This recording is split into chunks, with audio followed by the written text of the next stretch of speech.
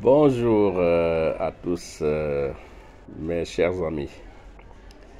Je souhaite aujourd'hui vous entretenir d'un sujet qui me semble important. C'est le sujet relatif à la thésaurisation, comme vous le savez, de biens mal acquis. Alors, vous savez que de plus en plus de rapports de nos organes de contrôle dans nos pays font état de détournement de biens publics. Alors, le dernier en date concerne la gestion des fonds Covid, donc relatif à l'épidémie de Covid.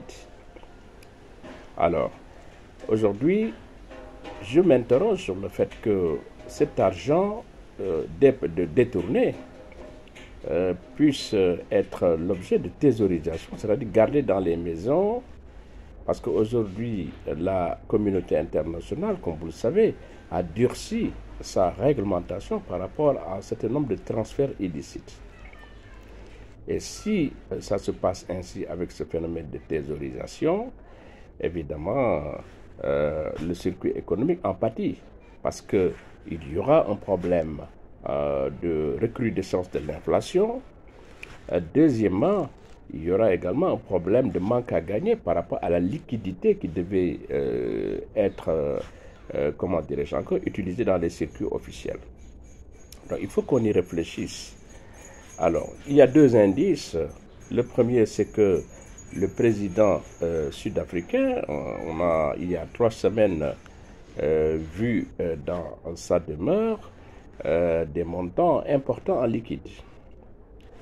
La deuxième chose, c'est que le Nigeria vient d'affirmer que 80% de la masse monétaire en circulation dans le pays serait thésaurisée.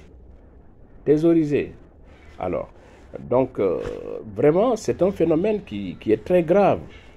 Voilà, et je pense qu'aujourd'hui, il faut qu'on y trouve une solution pour relancer l'économie, pour faire en sorte que ceux-là qui détiennent ces avoirs dans les maisons puissent les sortir.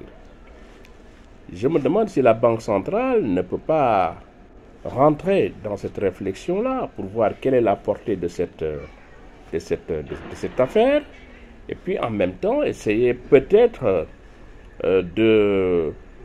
d'annuler tout ou partie des signes monétaires en cours de manière à les remplacer par de nouvelles coupures. Peut-être qu'une telle information va pousser ceux-là qui détiennent ces avoirs frauduleusement acquis de les sortir pour les dépenser en faveur de l'économie. Alors, ce que je viens de dire a fait l'objet effectivement d'un post écrit que je viens de vous envoyer également. Je souhaite vraiment qu'on y réfléchisse pour voir quelle est la meilleure manière de contrecarrer ce problème qui est récurrent. En tout cas, une fois de plus, merci et je vous dis à très bientôt. Au revoir.